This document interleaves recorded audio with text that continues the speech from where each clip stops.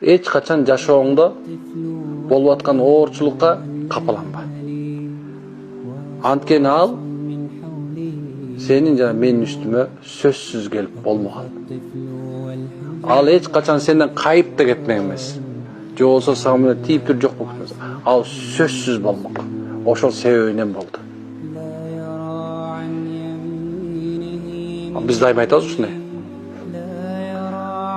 Эмне үчүн мен? Эмне үчүн мен ооруп калдым? Эмне үчүн мен болуп калдым?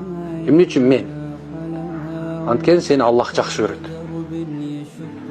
Сени Аллах жакшы көргөн себебинен Алла Таала сага сыноо берди.